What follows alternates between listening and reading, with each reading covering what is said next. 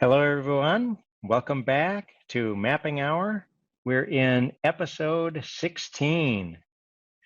Just remember that you need to be logged in to practice the elements that we're working on here. And where are we? Where have we been? Episodes 1 through 5, getting into the fundamentals of ArcGIS Online and geoinquiries. Episodes 6 through 10, expanding the capacities there. Episodes 11 through 15, working with the other elements in the ArcGIS school bundle. And that business analyst and community analyst, really good in the analysis side, lots of data that you can explore there and bring it back to ArcGIS Online for integration with the other applications. So what do we get to do 16 through 20? To start with, we're going to be working on story maps and projects and design. And this is what a lot of people jump in and they say, I want to do story maps. Well, why have we waited until now to do story maps if this is what people want to do? Because story maps, like dashboards, they're end products. You want to have some content in place that you're going to be presenting to somebody.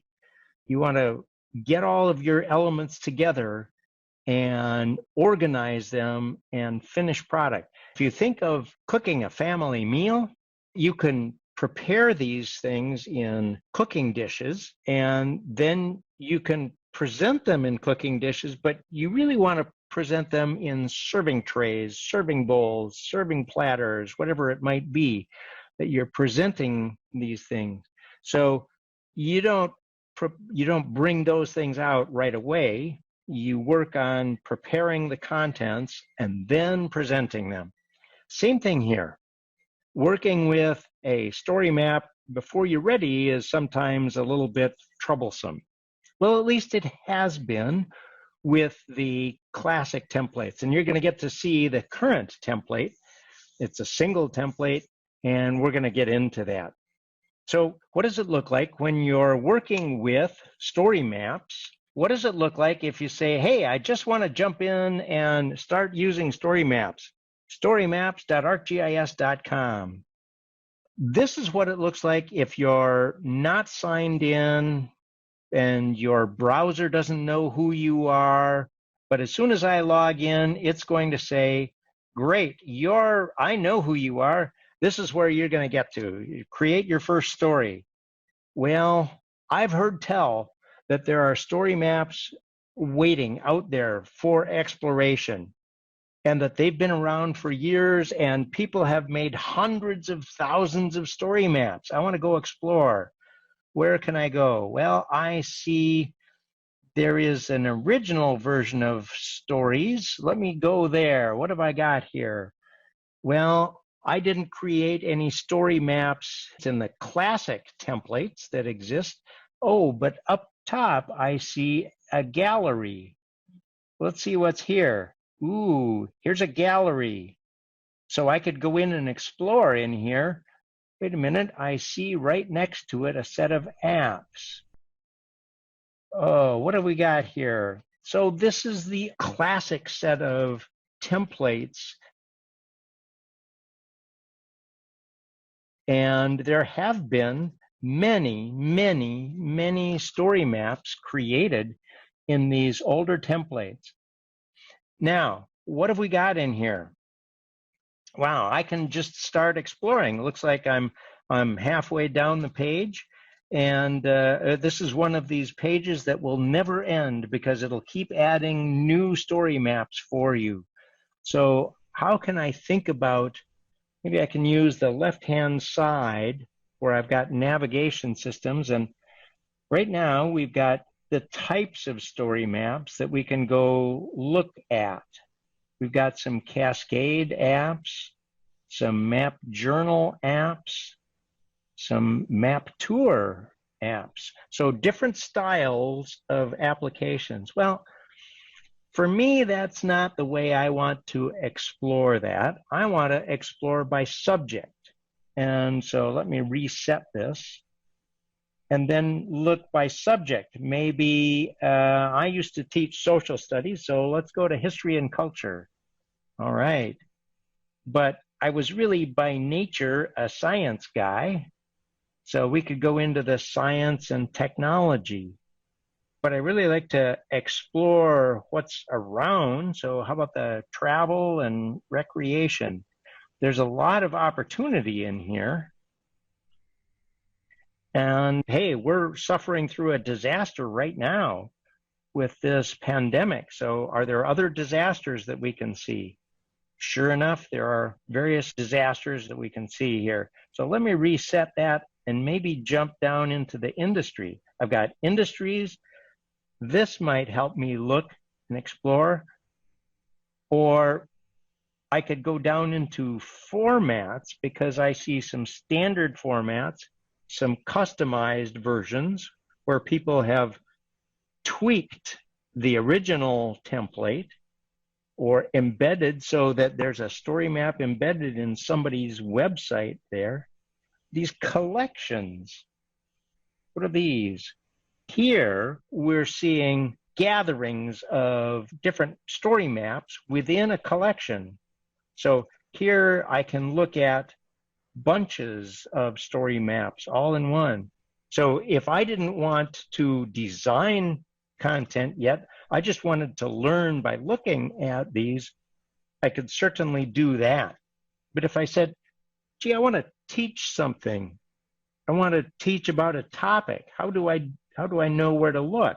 Well, one way that you can do this, I'm going to reset this again, go up to the very top. I'm from Minnesota, so I want to go searching in Minnesota.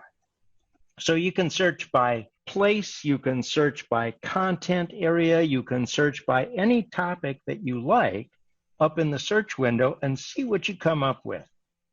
And I think what you'll find is a wide variety, including even some that are a little immediately attracted my attention. I can click on it, and I'm now exploring the largest roadside attractions in Minnesota. Really, this is what we've got. This is, okay, I just want to see this largest ear of corn. All right, maybe I can go zoom in a little closer. Oh, that's in Rochester. And maybe, oh, here's one. Here's Lutefisk. This is the lutefisk capital of the world. Ah, okay. Well, here's a big shoe. Oh no, this is the world's largest boot. We've got all the important things. Oh, I've got a scroll to the right.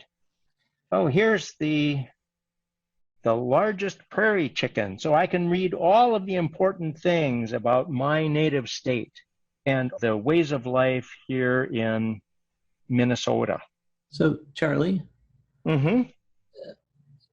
So this story map looks a little different than other ones I've seen. Does that because this is using a particular app? This is using indeed one of the apps that is, let's go back up here to the apps. And this is one of these story map tours.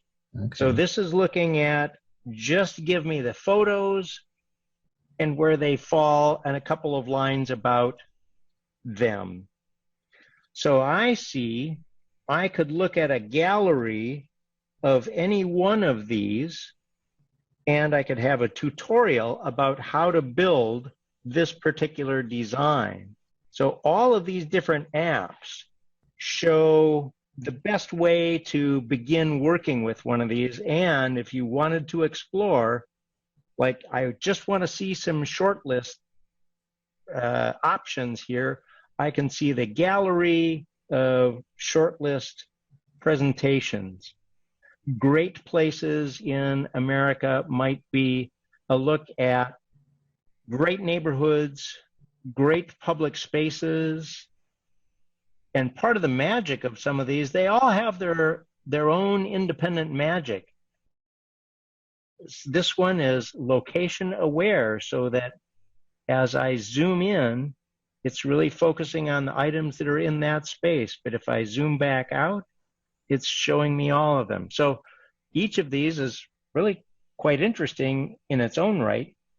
There's a lot of content for people to explore in here. And I see that there are maps produced by many folks other than Esri. So if I wanted to look for content from a specific group, could I do that? You can do that, absolutely. So down here at the bottom of the left-hand side, you can look for ones that are specifically by the Esri Story Maps team. And I may need to unset any of my elements that are up here, or Esri staff, or Esri partners, or international, or the user community. So you always have to be a little careful about if you have any other elements in place. I think we've got the short lists that are being selected right now. So this classic template, there's a lot of content there that is ready, but Tom, I think it's time for people to be thinking project, because if they're going to be building a story map, they need to have some strategies. Can you walk people through some of the strategies? Yeah, we could do a little bit of thinking about that. All right, let me stop sharing. I think what you saw with Charlie's demonstration of exploring, particularly the classic story maps, is that they are wonderful systems for conveying a lot of information in a variety of different types of formats. This can get tricky, especially for somebody that's new to producing this type of sort of illustrated story or map-based story.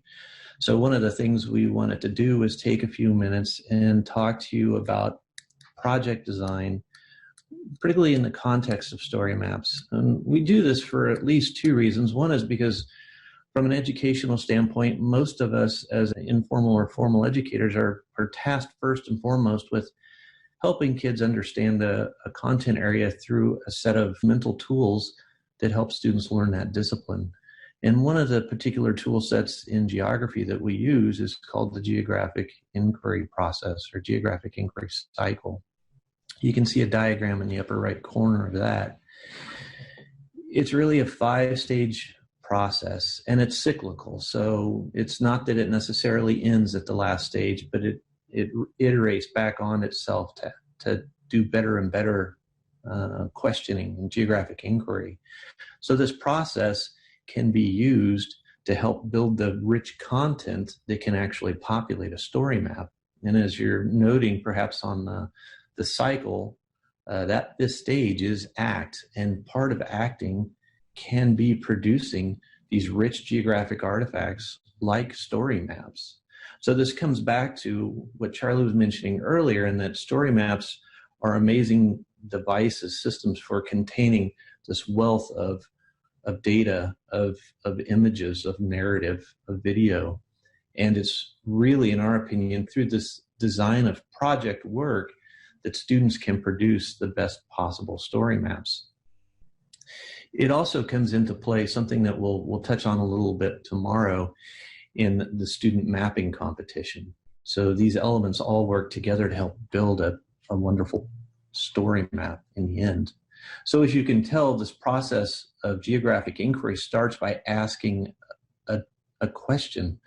The question has some parameters, but fundamentally it organizes, it scaffolds the whole story map or the whole project. And it may be something very simple like, where do the dandelions grow in my backyard or schoolyard? Or in my example set here on the right, it might be something like, where is the litter in our school campus? It turns out that, oftentimes litter is found in particular geographic patterns. And by engaging that question and then going through a process of geographic inquiry, we can make some statements about what kind of litter it is, when it's there, maybe why it's there. And of course, in the act stage, beyond documenting it, we might even want to take steps to mitigate it or make suggestions for mitigating it. This idea, though, of project begins with a question. And in our world, of course, that question is tied to space or place. So it involves some sort of location. Maybe it's a latitude, longitude. Maybe it's an address. Or maybe you're using an image to drop a dot on the map in cases of mapping things like backyards or front yards when you're stuck at home. So as we move through the cycle, you'll notice that acquire is the second stage. Acquiring geographic data in our world means designing some questions or data collection questions that help answer that larger overarching research question that we're building toward. So in this question, or rather in this example of where is the litter found on our school grounds, we might ask data collection questions like, where is the litter? So that's a geo point or geographic point, and that gets down to a bullet just a few doors down here in terms of what kind of data we're collecting. So we might ask, where is the data? We might ask, what kind of data is it? I'm sorry, what kind of litter is it? Is it paper? Is it plastic? Is it metal? That's probably text, and we can control those text options. So it gives us, when we think about some of our earlier cartography work, if we use some controlled vocabulary or we use a particular set of text, we can map or change our symbols in special ways based on that controlled text. And then lastly, we might make a question that's a bit of a conjecture in terms of asking, how does the litter get there? So all these things build toward acquiring that data that helps us answer that overarching question. And we've discussed a little bit about the data types. That's going to be important if we're building something like a Survey 123 or Collector app to help collect that data on site. So as we work our way around this geographic inquiry cycle and really begin collecting all this media and information for our story map, we're going to move into exploring the data. And this is really the process of summarizing and making some initial sense of what the data means. For example, it may be, after I collected my data, I may look at it and say, did I miss some data? Or did I collect this in the wrong way? Do I need to resample in a different location? So that exploration helps us find interesting bits, say useful things. Sometimes this includes some very basic descriptive statistics, like describing an average, or say I found the most of paper-based trash or litter on my grounds. They're very basic, but it helps set us up for analyzing the data. And one thing we can do that's pretty straightforward in terms of analysis is we can use the Survey 123 analysis tools. And that'll give us, again, some basic statistics, but it also will give us some basic charts, graphs, and maps to help us make quick work of the geographic analysis of the data. Of course, beyond that, we have already seen where you can use ArcGIS Online to engage the analysis tools. Finally, and this is where it sort of plugs into today's story, as you bring all this data and you bring your analysis together and you bring your questions all together into kind of a report, a summation, the idea of using a story map to frame that summation is very powerful and can provide a lot of flexibility for presenting your work. So let's take a quick look at the project technology that can help aid us in each of the 5 steps of the geographic inquiry cycle. Now you'll notice that in my diagram here on the left, I have a column for technology and I have a column for the cycle, the phase of the geographic inquiry cycle. You'll notice that I've got some technology listed up here before we even ever get into designing or developing that question on the right side. And this is often the case. Oftentimes, especially as novice learners, novice researchers, we need to do some background learning before we can begin to ask questions that are worthwhile. And that's an important step. On top of that, if we use some exploration tools like the Living Atlas, like some pre-built story maps, like existing ArcGIS Online data, these tools often help inspire questions. They drive questions and ideas, and they engage us as learners, no matter what our age is. So at that point, we can begin to ask a question. And as we've just discussed, once we ask the question, we begin to look for ways to acquire more geographic information. And this is where those field apps really come into play, right? Survey 123, Collector, Quick Capture, all these tools and more can really help facilitate that acquisition of geographic data. We then can begin to explore geographic information. And as we said, this is kind of a cursory touch where we just want to take a look at our data, make sure nothing looks strange, make sure we're not missing anything. But we can do this with the map viewer or with the Survey 123 tools that are built in, making it very quick and easy for us to review. And then, of course, we move into analysis, where we're searching for patterns. We're making statements about perhaps correlations between items in our data set.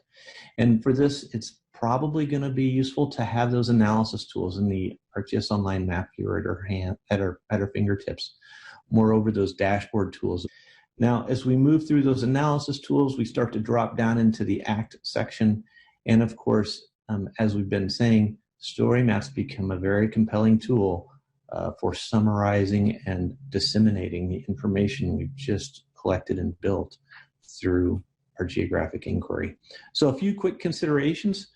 The question matters. That question that starts off, that kicks off our project and potentially our story map, has to be plausible. It needs to be realistic and authentic for learners.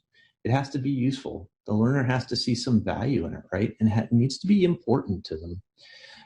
Beyond that, the question needs to be measurable. It won't do us any good if we ask a question that we simply cannot measure. It does not build out as a project. The question needs to be age appropriate. And for a novice learner, that often means the question will be simple, at least for the first couple times. Remember, this cycle is iterative. I would expect the first pass through that cycle to be very simple. And as you iterate, it will become more and more complex as we ask more and more interesting questions about some phenomena. And of course, the question in this model has to have a where to it. It has to engage geography. Some other things to consider are really limitations. One, how much time do you have to work with? How many hours in a day are you or your learners going to spend on this project? And of course, what resources do you have at your disposal? Do you have cell phones? Do you have probeware? Are you working with clipboards? Do you have the physical materials or technical materials necessary to really complete out this question? Lastly, how do you want to organize your learners? Are you going to use groups? Are you going to use individual learners, maybe dyads? If you use groups, are they going to have assigned roles? Are they going to cross-check each other? What kind of formative checks do you want to put into place to help learners make sure they're on the right path at the proper cadence? If you struggle with starting points, if you're looking for ideas, we've mentioned the GeoProjects page before, but it's a good place to look, both for ideas from other educators as well as some of the GeoProject samples that are available there. You can find those at esriurl.com/geoprojects. And I think at this point, I want to bring Charlie back into the conversation and see if he can help talk a little bit about one particular type of activity he uses. So sometimes when I'm working with teachers and they may not have experience doing projects. And so I say, okay, let's just think about a task. And I say something like, what's the layout of the room that we're in? Or if people are at a distance, what's the layout of the room that you're in? And I'm going to give you 1 minute to put together a map about it. And starting now, go. And so they got to quickly figure out, okay, where am I going to find a piece of paper? And they find a paper and something to write with, and they quickly begin sketching out. And okay, we can even ask how many different elements are in your room. When the minute is up, time's over, you're done with the project. Okay, how well did you do? How much detail could you provide? Did you start with creating the outline of the room? Or did you start by saying, okay, right along this wall that's right in front of me, there are all of these little elements that go into it. And if you spend 45 seconds on that, you may have the wall, but you may not have the room. So getting a sense of what's the biggest constraint in the conduct of the project. And in school, when we were doing regular school, sometimes it was students couldn't go off the school grounds. Sometimes it was we needed to finish it inside of a week. Sometimes it was we could go outside if it was not raining, and trying to say, okay, how can we design a project that will fit within the constraints that we have? No computers are available, whatever the constraint might be. How do we design a project that we can accomplish within those constraints as they are presented to us? What is it that we can do? Thank you, Charlie. That's very helpful, I think, for organizing our thoughts as we move into working with story maps.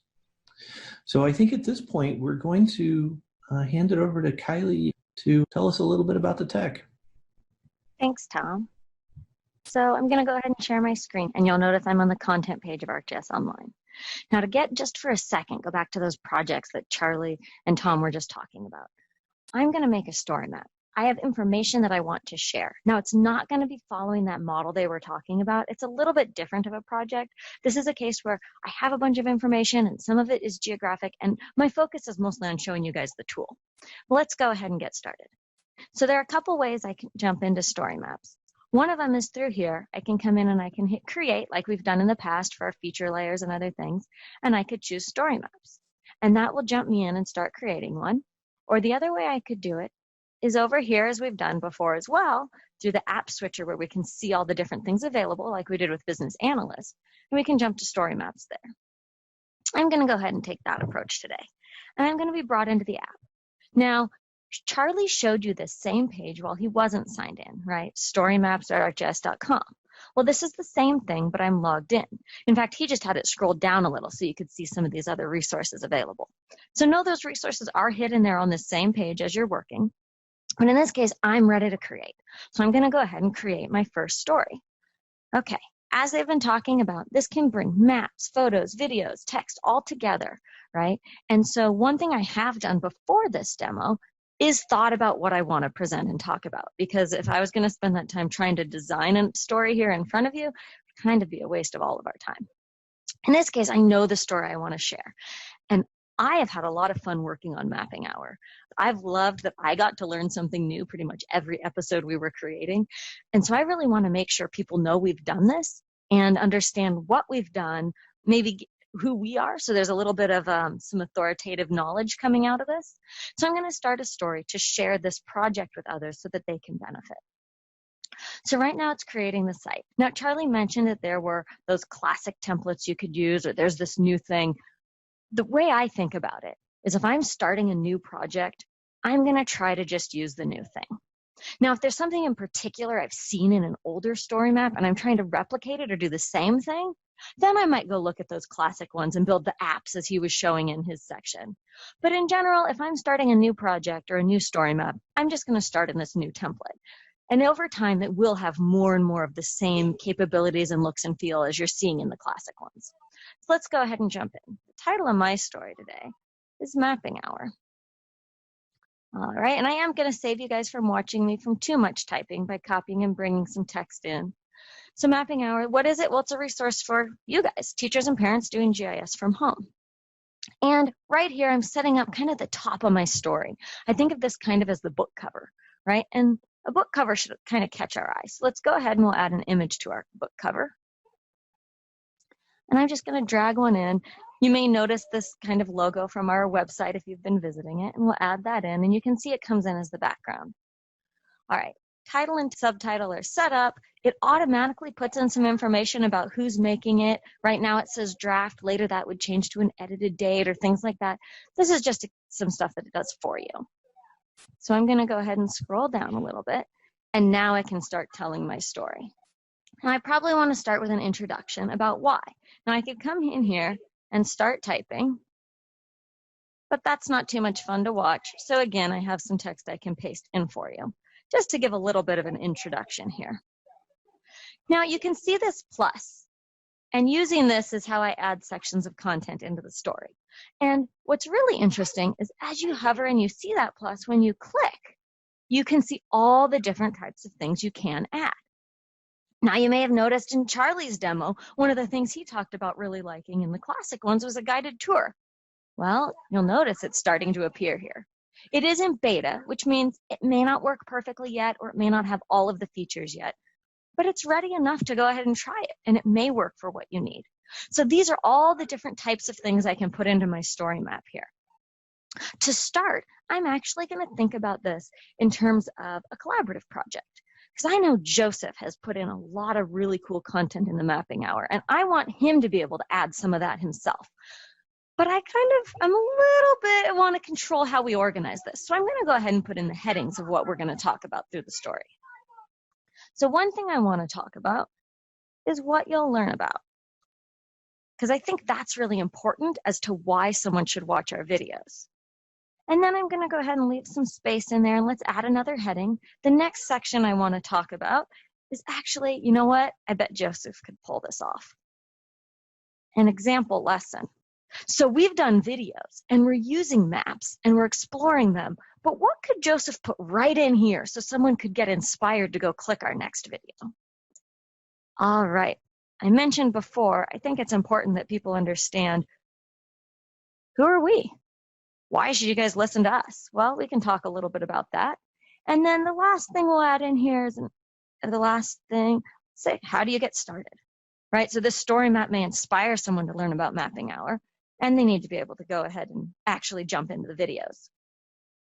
All right. So I've put in some of those. I've put in some text.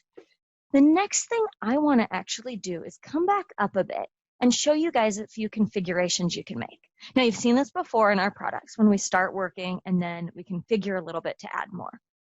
So up here in design are some settings you can take advantage of. And for this story map, I'm going to scroll a little bit so you can see at the bottom, there's this credit section they've put in place. Well, this story map doesn't really need that, so I'm going to go ahead and turn that off. But navigation. Now I've put in some headers, and it would be nice to be able to jump between them. So I'm going to go ahead and turn on the navigation, and you'll see we get this bar where we can click right into the section that we're interested about. All right, that's enough for now. So I'm going to go ahead and click away to close that bar. The next thing I'm going to go ahead and do is fill out this Who Are We section. And I can start it with some text. Again, I can just start typing or pasting in the information I want. Let's look at some of these other things I can add. Well, I could add an image. Let's go ahead and see how that would look. It's a picture of us working on this project. You know what? One of the things that's been really interesting to me about this project is that while doing distance learning, we are all spread out. And one of the things, because it being Esri software, you can imagine there will definitely be mapping components in here, right? I'd like to show where we all are as part of Who Are We? Because I think that's interesting, and it's going to get those people who are here because they're interested in maps a little bit more excited. So I can go ahead and pick to add a map. Now it brings up a new window, and in here, as it's refreshing, you can see it's my maps. You'll recognize some of these from past episodes, right? There's the Kimberly School map we worked with. All of these maps I've done throughout are here. I can look at my favorite maps, things shared. I could even go to the Living Atlas. Well, Charlie and Tom did say have everything ready. And in this case, I haven't prepped the map. But that's okay, because I prepared the information I want in the map. And Story Maps allows you to create something called an express map. Now, what that is, it's a special map that only exists in my story map. So now if this is something that I want to be able to take the information I put on the map and do analysis later, or use it in a dashboard, or use the layer in another place, go make a map the way you've seen in every other episode. That's not what this is for. This is, I just need a quick map to throw into my story. And in this case, that is what I need. So I can come in, and I'm going to get my map, and it's going to fill in here, but I'm going to go ahead and start figuring out the information I want. Well, it's about the 4 of us and our locations. So I'm going to go ahead and start by searching for one of those locations. And I'll start with Redlands, which is where I'm at. So I can search for my location, it finds it, and I can just go ahead and, yeah, that's the location I want. Let's add it to the map. Now, I don't want to label that as Redlands. I'll label that as me. And I can put an image with it. So we'll drag one in with one of my favorite young learners. And let's give a quick description. And again, I'm pasting for simplicity, but I've set up what the information I want here. I can go ahead and click done. And I've got a point on the map. All right, let's move on to the next point. Let's check out where Joseph is. We can go ahead again, do a search. We find it. we want to add that point onto our map. And now we can fill out our info for this point. Similarly, I'm going to type in some information. I'm also going to drag an image right in. And let's go ahead and give him a little bit of information too. Done with that one. And so I can continue this process. And I'll go ahead and do that so that we have a fun map at the end here. Let's look at where Tom is next. And we can go ahead and jump to it. We'll add that to a map. We'll put in who's at this point. Again, these images, what I'm doing, it's a little bit off screen, but I have them all in one folder. And so I'm grabbing the image and I'm just dragging it with my mouse over and dropping it. So you can see that image dragging, and then we drop it into the image box. And I made some little short descriptions of us just to save some typing, but I want to make sure we get him in there. And then, of course, we want to get Charlie.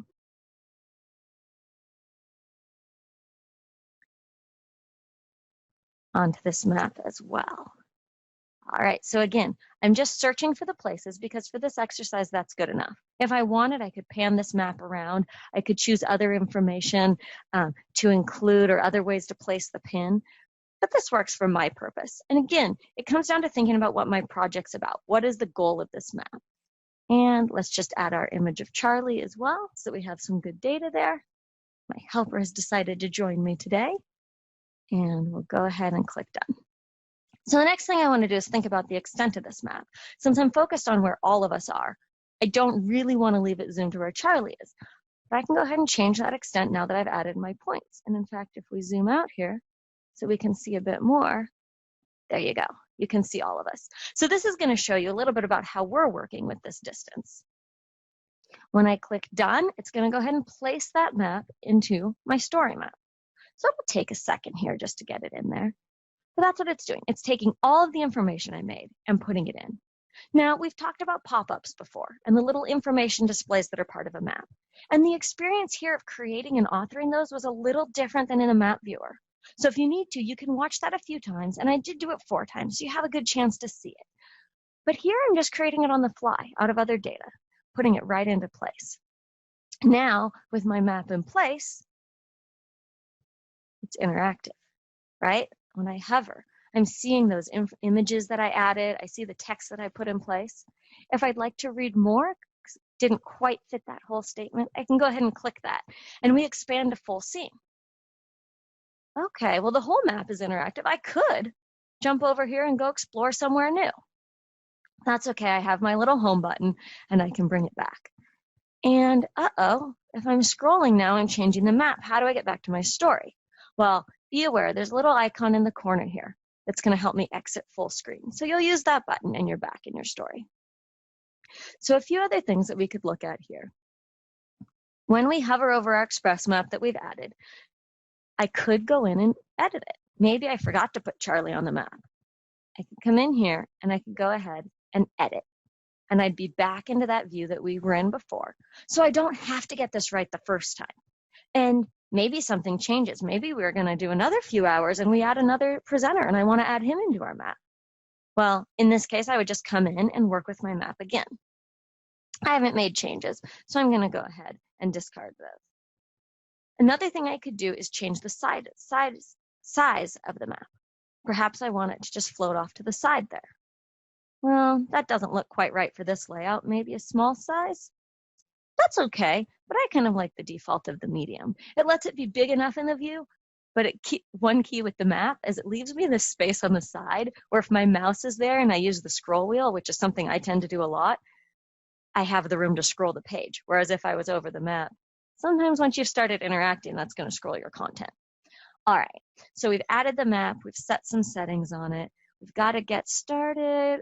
I think this is some pretty good data. I've added those headers. This is a group project.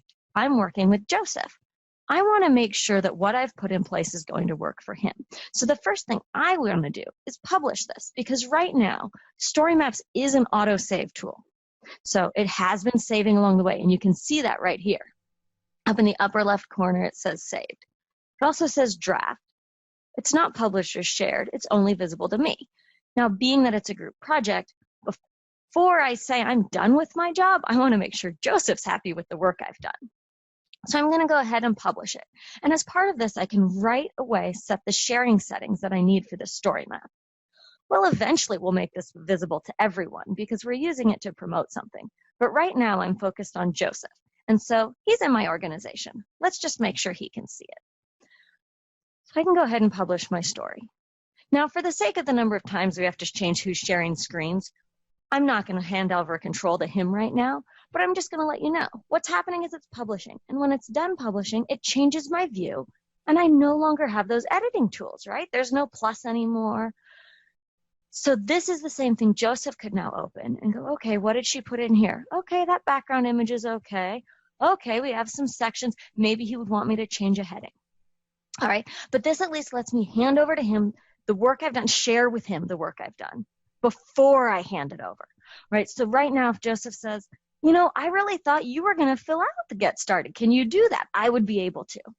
Now, really, we talked ahead of time. He's going to cover these other sections, and I'm really excited to see what he's going to put in place for you. And so what I would do instead is go say, hey, Teacher Tom, I've done my job, and I'm ready to hand it to my fellow collaborator on this so that he can add his parts. Now, with story maps, the owner of it is the person who can edit. So Tom is going to need to take this and change who owns it so that Joseph can continue the work that I've started. Hey, Kylie, is your story map saved and ready? All ready for you. I'm going to, as we've done in previous episodes, just change the owner in ArcGIS Online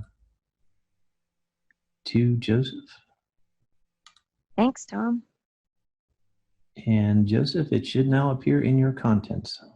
Outstanding. All right. Well, in that case, I'll share screen so you all can see how I start with what Kylie left off with. I don't have a nice young learner here with me, but we'll do some interesting things anyway. The first thing, I'm in my contents view in my ArcGIS Online organizational account. So I see the Mapping Hour story map at the top. Since Tom transferred it to me, I'm going to be able to edit it. So if I click on Mapping Hour, it is a story map, as it says right under here under the title. Great, so I know what it is. I could populate more metadata in here if I want to. But over here on the right side, I can go to Configure. And that's what I'm going to do to add, well, just about a half a dozen things to what Kylie started. Awesome. So if I say Configure, I'm going to be in the same editing zone that Kylie was in a moment ago. I can see the things that she did there. Gave us a nice start. There's the Express map. Very nice. I've known educators, by the way, and students that have made Express maps just for their campus, just for their school campus. So that's a nice use of an Express map as well, showing their field data collection sites, etc. Kylie gave us a very nice set of headers. And remember, she added this thing at the beginning, what you'll learn about, example lesson. And as I click on those, it skips to that point in the story map, which I think is a very nice navigational aid, especially because, as Charlie showed, some of these story maps can be a bit lengthy. But right now I'm going to go to the what you'll learn about section. And underneath there, if we want to edit what you'll learn about, I'm going to add a couple of things. I'm going to add a syllabus, a couple of other things. Notice this plus sign now that appears. Let me just have a geographic moment. I just love this plus sign. I confess. I know that sounds geeky, but everything is driven pretty much from the settings that Kylie showed and the plus sign. So you don't need long explanations for your students. Every time these tools evolve, they get more powerful and they get easier. So you've got a double advantage. So under the plus sign, it really gives me everything that I want to do here in this next section. For example, I want to add some text. Pretty easy. Okay, a paragraph. I don't need it to be bold or anything like that. And just like Kylie did, I've got some text copied, and I'm just going to go ahead and paste it right in there under paragraph. Let me scoot a couple windows around. There we go. And I'm going to paste it there. Episode 10 included a section on how to make a 3D scene. Cool. So that's one of the things that I'm going to have in this story map. Okay, well, now that I've sort of laid the foundation, ooh, what's coming next? I'm going to want to add how about an interactive map in there to really pique interest? Okay, so I can go to this next plus sign, and it's an interactive map. So it's something I've already created. It's not an express map. It's something I've created before for a different episode. So I can go under here, under map. Okay. And since I'm inside my ArcGIS Online organizational account, the same one that I actually created it in, it should be inside this zone that you're seeing right here. Palisade, Colorado 3D scene. You may recall that one. It's one of my favorite places on the planet. So if I place this in here, this is another indication of how these tools have evolved. I'm actually able to do this just by clicking Add. I don't have to grab an embed code and take some code on and off, do some HTML. I don't have to do any of that. I can actually set this. Ooh, I'm liking that view right there. I can add things to it and so on and so forth, but I'm going to keep it pretty simple. I'm just going to go ahead and place scene. And as Kylie showed, I've got some controls up there. Maybe I want this not to be quite so big.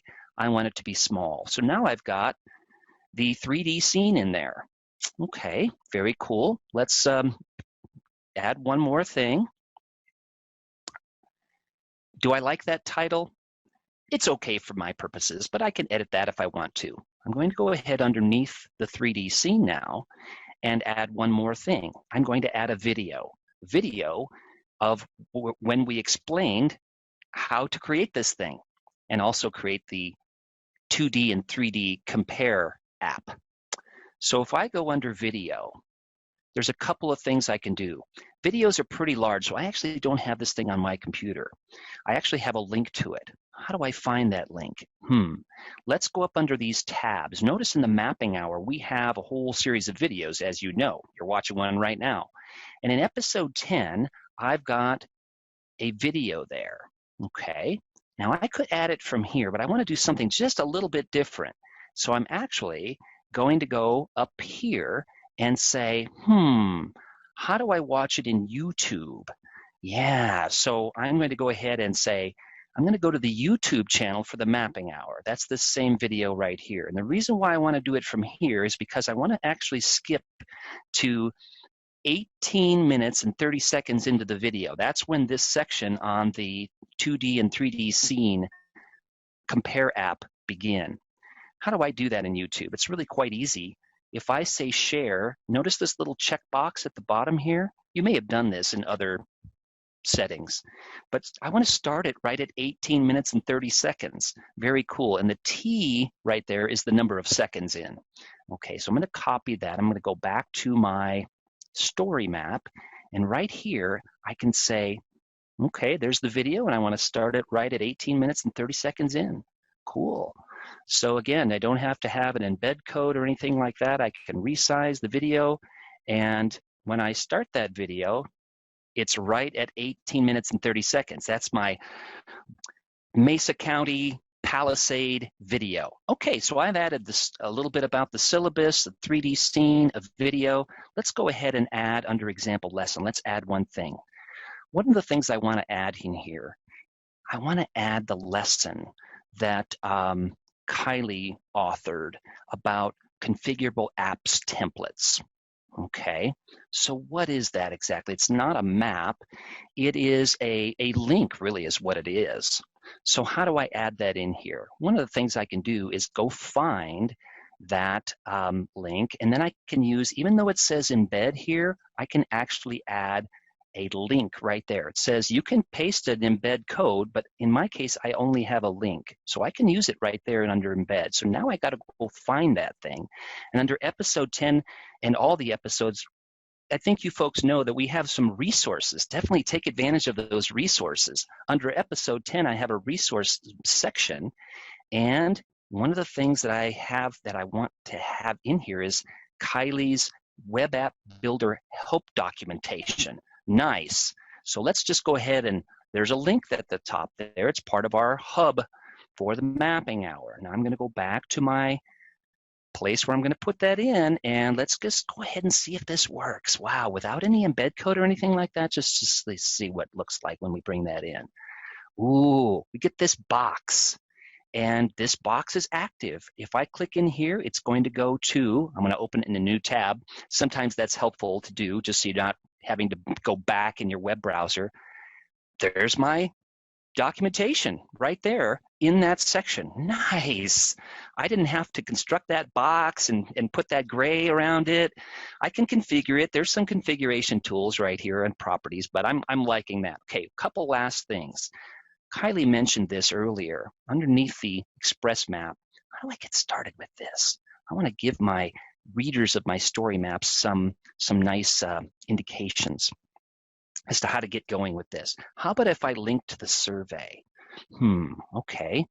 How about if we type in here a paragraph, and I've got some text right here. Start with the survey. Okay, great. And now let's get the survey. Add a content block. A survey. Okay, so if I go back to the Mapping Hour hub, okay, right at the beginning we had, and you filled this out, register for the Mapping Hour. Oh, okay. Register for the Mapping Hour. Great. What is that? That's the survey 123. Remember survey 123? If I click on Take Survey, it doesn't say survey123.arcgis.com, but let's just see if it works just from Mapping Hour hub, and the map ID, that document ID, I guess I should say, is the link to the survey really. So let's go back to our story map now, and let's go ahead and, remember, embed. I've got a link here, iframe code or link. I just have a link. It's to the survey. Let's go ahead and put that in there. Oh my gosh, no coding required. I'm getting the geo-tingles right here. Register for the mapping. I've got the survey right in here now. Oh, okay. Notice at the top I've got some unpublished changes. Okay. It's saved though. Okay, but I haven't published. That's why it says unpublished changes. I'm liking this pretty well. Kylie, how does this look to you? I've got some content in here. Maybe it's not quite done yet, but we're getting there. And I think that's all I want to do right now. Okay, super. I'm going to go ahead and publish. And then Teacher Tom can actually transfer the ownership back to you if you want to do some finishing touches on it, or we could call this good. Perfect. I also like that now that it's published, others in our class could look at it and maybe help us get it even better before we publish it and share it with everyone. Tell you what, Joseph, let me share my screen as I transfer ownership back over to Kylie, just to give folks an idea of what this looks like. As Teacher Tom, I actually have administrative credentials in our school's ArcGIS Online, and I am on the organization tab. Well, now I'm going to reload it, and I can click members. And we just saw Joseph make some tweaks to that content. Joseph's in our list there, right? So we're just going to click on these ellipses over here, and we've got all kinds of options here, but we're going to manage items under Joseph's list. And we should see there's his Mapping Hour item right on the top of the stack. And if I click on this, you'll notice that down in the lower right corner, it has Joseph's username as the owner. And all I have to do is hit change owner. And we know we want to throw it back over to Kylie. So in this case, I'm just going to type Kylie, we'll get her selected, and then we'll hit save. And what we should see when this page reloads, we're still looking at the same Mapping Hour story map item in ArcGIS Online. You'll notice that Kylie is now the owner of it. So I'll stop sharing and throw it over to Kylie. Thanks, Tom. So really what's cool there is that we focused a little bit on a technology that's going to let you take the project that you design and structure, as Tom and Charlie had been talking about, and turn it into something that you can work on collaboratively, iterate on, and then share out with everyone. So one of the great things I love about story maps is how easily you can put a map right next to that text and information. It's not just putting a map on someone's screen, similar to the stuff we did with apps, but a little bit more exploratory for a reader, right? I can put some context, some detail around it, and some other types of information that might be harder to incorporate into my app, where those are fairly map focused. All right, so that's all I have to talk about on that one today. Charlie, do you want to go ahead and wrap this up? Wow, that was terrific.